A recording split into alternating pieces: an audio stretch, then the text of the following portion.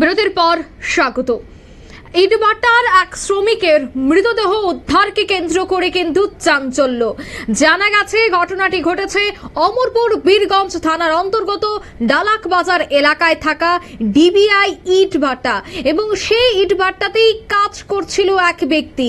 সেই ব্যক্তির মৃতদেহ উদ্ধার হয়েছে পাশে থাকা গোমতী নদী থেকে। জানা যায় গতকাল দুপুর 12টার সময় নদীতে স্নান করতে যায়। সারাদিন ঘরে না ফেরায় আজ সকালে খোঁজাখুঁজি করতে গিয়ে দুপুর 2টা নাগাদ গোমতী নদীতে দেখতে পাওয়া যায় ওই নিখোঁজ প্রভু উড়ানের দেহ। এই খবর পেয়ে বীরগঞ্জ থানার ওসি জয়ন্ত দাস, মহকুমা পুলিশ আধিকারিক দেবাঞ্জলি রায়, এডিএসপি সৌভিক দেসহ অন্যান্য পুলিশ বাহিনীরা কিন্তু ছুটে যান ঘটনাস্থলে। পুলিশ দেহটিকে উদ্ধার করে মহকুমা হাসপাতালে ময়নাতদন্তের জন্য নিয়ে যায়। তবে কিভাবে তার মৃত্যু হয়েছে, নদীতে পড়েই নাকি এর পেছনে অন্য কোনো রহস্য রয়েছে, সেটা কিন্তু এখনো পর্যন্ত উন্মোচিত হয়নি। তবে সে বিষয়ে পুলিশ কর্তার কি বক্তব্য শোনাচ্ছি। আমরা 15-20 মিনিট আগে একটা খবর পাই যে ডালাক বীরগঞ্জ পিএসের আন্ডারে ডালাক সমতল পাড়া, ওইখানে গোমতী নদী প্রবাহিত হচ্ছিল।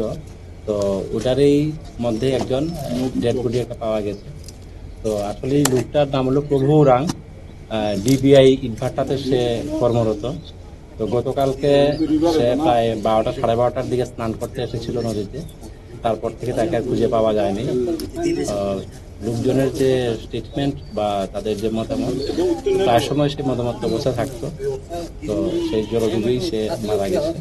তো তারপরে আমরা পোস্টমর্টম করবো। পোস্টমর্টম করার পরেই আসলে আমরা মৃত্যুর সঠিক কারণ আমরা নির্ধারণ করতে পারি।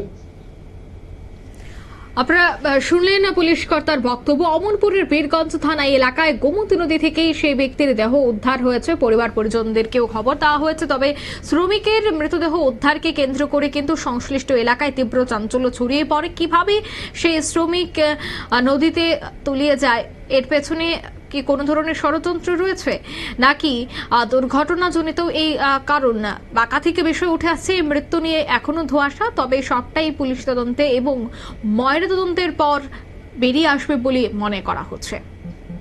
নিয়ে নিচ্ছে ছোট্ট একটি বিজ্ঞাপন বিরতি, সঙ্গে থাকুন।